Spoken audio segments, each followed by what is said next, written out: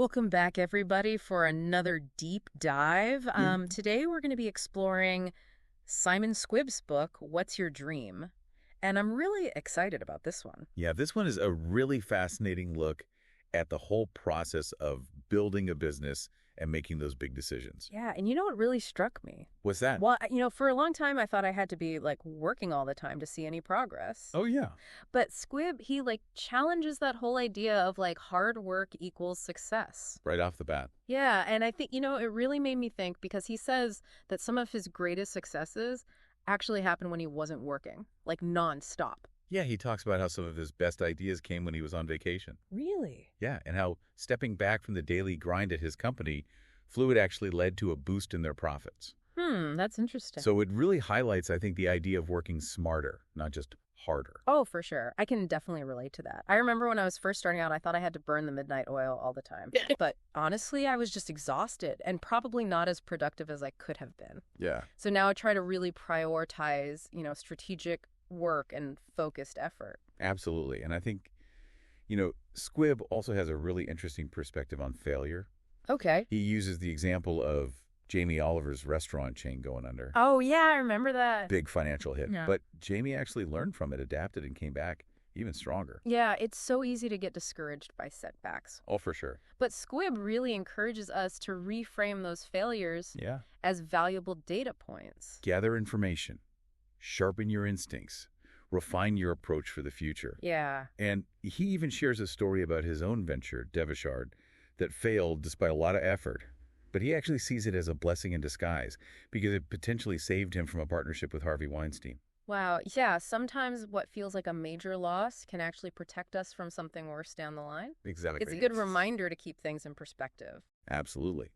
Now, shifting gears a bit to the power of dreams, Squibb uses a truly inspiring example, Malala Yousafzai. Oh, wow. Yeah, she was shot by the Taliban, but remained unwavering in her dream of education for girls. It's really incredible. It really illustrates how powerful dreams can be in giving us incredible focus and resilience. Yeah, it's almost like dreams can act as an anchor, grounding us during those tough times and providing that unwavering motivation. Absolutely. He argues that dreams provide us with long-term vision and the resilience to overcome obstacles that we face along the way. And he also challenges the societal norms that can sometimes discourage us from chasing our dreams. Yeah, he observes that we're often conditioned to prioritize fitting in over pursuing our true passions.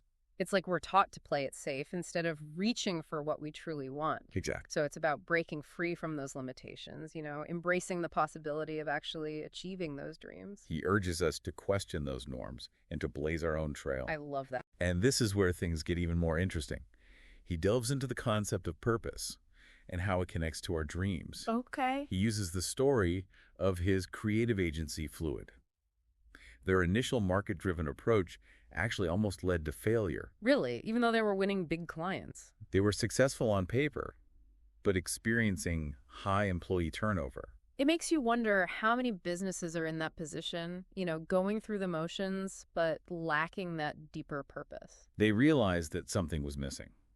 They needed a deeper purpose. So they shifted their focus. To celebrating creativity and prioritizing their employees' well-being. And it worked. And they became even more successful. It really highlights that purpose isn't just some trendy buzzword. No. It's a driving force that can lead to real results. Absolutely. And to illustrate this, he shares a story about cleaning toilets at Fluid. Cleaning toilets. Not exactly glamorous, but... Yeah, but he found meaning in it because it contributed to their larger purpose of building a positive work environment. It really makes you think. Even the most mundane tasks can feel meaningful when they're tied to something bigger. Right. Something you truly believe in. And this idea of purpose can turn even those small steps into stepping stones toward achieving your dream.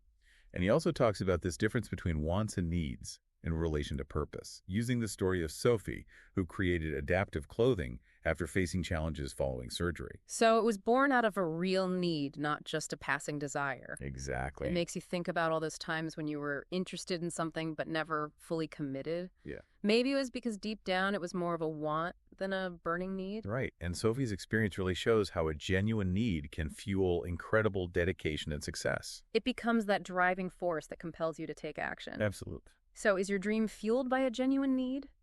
Does it address a problem or fill a gap that truly matters to you? If so, that sense of purpose is going to make your journey even more impactful. Okay, so we've talked about overcoming those limiting beliefs, about tapping into the power of dreams, and the importance of aligning with a purpose. But how do we actually take action? Well, Squibb outlines 7 steps to move from dreaming to doing. Okay, I like that. And he starts by emphasizing the importance of acknowledging your dream. Don't let it stay hidden. Bring it into the light. Give yourself permission to pursue it. He tells the story of Sam, who had the skills and dreamt of starting a catering business, but lacked the confidence to actually begin. It's so common to get in our own way with fear and self-doubt. Absolutely. But Squibb encourages us to take that first step, even if it feels small or symbolic. He shares his own experience of becoming the first customer for a Tesco employee he met. That's a great story. That small act provided validation and momentum. It's about those small wins that build confidence and get things moving. You don't need to have it all figured out. Just start somewhere. Take that first step and trust that the path will unfold as you go. Of course, one of the biggest fears when it comes to chasing a dream is financial instability. And Squibb addresses this directly. He emphasizes that true financial freedom isn't about accumulating possessions, but about living within your means and making conscious choices. It's about shifting your mindset from, I can't afford to pursue my dream, to, how can I create a sustainable path that lets me live my dream? And for anyone who thinks starting a business requires a fortune, he highlights the abundance of online resources, the power of bootstrapping, and even suggests that starting poor can be an advantage. I like that idea. It forces you to be more creative, resourceful, and focused on building a truly sustainable model. He shares a great story about how his team at Fluid created coaster ads, a successful side business, just by observing their surroundings and thinking creatively about a problem. Yeah, it's a fantastic example of how growth doesn't always follow a straight line. Sometimes those unexpected opportunities come from paying attention and being willing to experiment. Exactly. And he also emphasizes the importance of nurturing those existing customer relationships. Okay. He shares how Fluid's focus on client satisfaction actually led to long-term partnerships and referrals. It's a good reminder that building strong customer relationships is crucial for sustainable growth. It's not just about chasing new clients, but cultivating those relationships that create lasting value. He does, however, caution against spreading yourself too thin. Yeah, he uses the story of Gray's, their cafe venture, which became a costly distraction from their core business. Yeah, it's so easy to get caught up in, all those new and exciting ventures. Shiny object syndrome. But it's important to remember that they should, align with your core strengths. Make sure they contribute to your overall goals. Right, exactly. And speaking of building a strong foundation, Squibb also goes into the crucial role of your team. He shares his hiring philosophy, which really prioritizes ethics and trustworthiness. That's interesting. I mean, I definitely see the value in that, but isn't there a saying like, nice guys finish last? Well, he actually addresses that directly. Okay. Oh, really? With a thought-provoking scenario. Oh, really? He asks you to imagine an applicant offers to share confidential information from their previous employer. Would you hire them? It's tempting, but... It might seem advantageous in the short term, but compromising your integrity can have lasting consequences. Yeah, it really makes you think about the choices you make as a business owner. And speaking of tough choices, he also talks about the importance of honest performance assessments. Okay. And having the courage to let someone go if they're not a good fit. That can be really difficult. It is, but it's recognizing that sometimes letting go is the best thing for both the individual and the company. Right. He challenges the idea of holding on to equity too tightly. He asks, what's the bigger risk? Losing some ownership or losing your best people?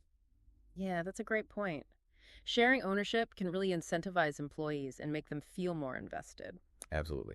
Now, he also explores this idea of building a community that goes beyond just your customers. Okay, how so? He uses the example of HelpLink, his community-driven platform. To illustrate the power of shared purpose. Right. It's about cultivating a sense of belonging and shared values. Right. You're not just selling a product or service, you're creating a tribe of people who genuinely support your mission. Exactly, and that's incredibly powerful. Speaking of pushing boundaries, Squibb also talks about taking risks. He makes a clear distinction, though, between calculated risks and risky shortcuts. Okay.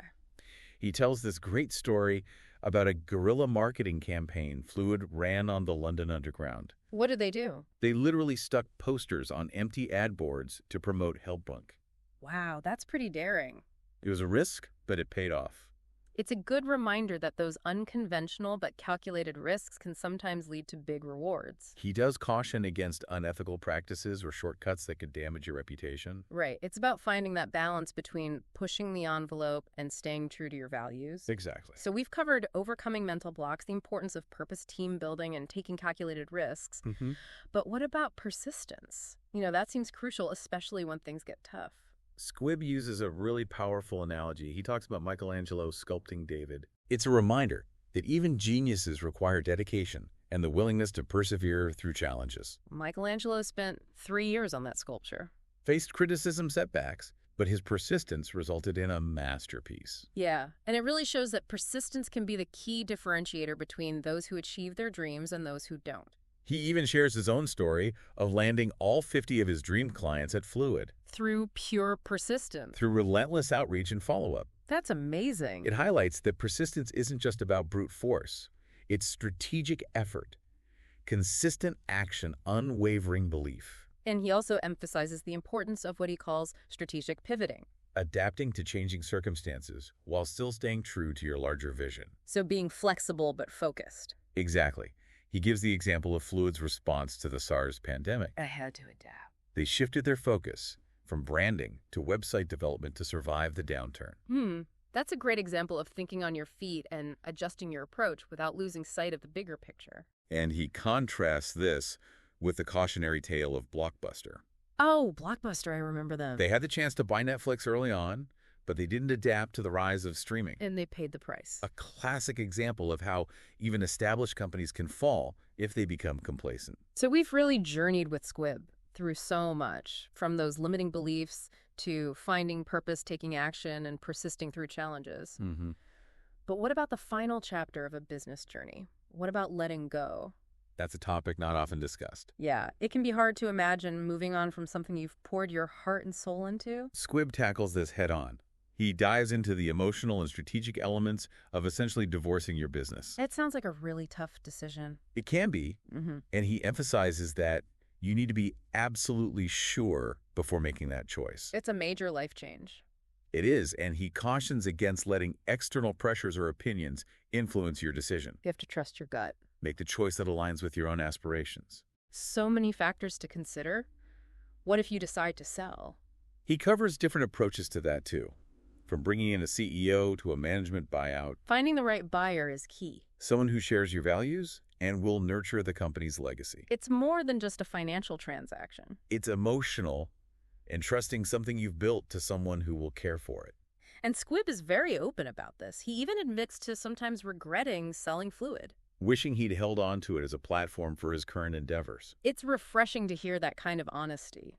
It reminds us that even successful entrepreneurs don't always have all the answers. They grapple with those tough decisions too. Absolutely. And it really highlights that complexity of letting go. But he also emphasizes that selling can be the right choice. Freeing up time and resources to pursue new dreams. It's the end of one chapter and the beginning of another. Exactly. And even after selling Fluid, Squibb's entrepreneurial spirit didn't fade. He shares a story about starting a side hustle while working as a hotel receptionist. What was he doing? Connecting guests with available rooms at other hotels for a commission. Wow. You can't keep a true entrepreneur down. That drive to create and innovate is always there. Yeah, it really highlights that, opportunities can be anywhere. And that even small ventures can spark creativity. It's like that entrepreneurial spark never goes out. It's about recognizing that you don't need a fancy title or a big company to be an entrepreneur. It's a mindset. A way of approaching challenges. I love that. Squibb also emphasizes the importance of disconnecting from the digital world.